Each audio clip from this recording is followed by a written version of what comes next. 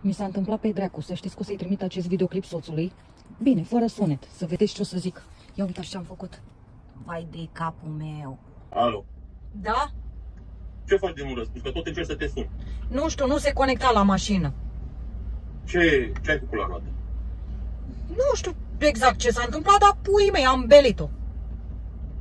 Aia numești tu belită, e făcută căcat roata, nu că ai belit-o. Eu ți-am spus ție că ție trebuie cal și căruță, frate. Ăla e cel mai bun, ăla merge drept, nu te aruncă în borduri, nu strică jantele, nu faci nimic. Da. Da.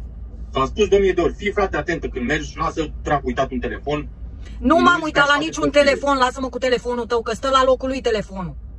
Da, stă la locul lui, da, am văzut că stă la locul lui, e făcută bardaf roata aia. Stă la locul lui. Bă, eu o facem, două morții de roată. Da, dar nu m-ai întrebat, alo, tu cum te simți, soția mea, ești bine?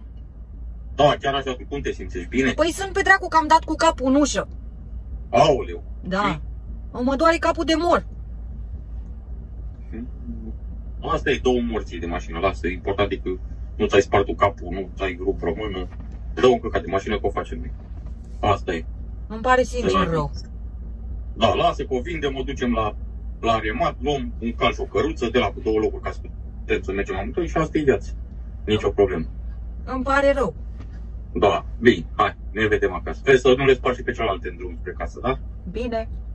Hai, te pup, te văd. Și eu.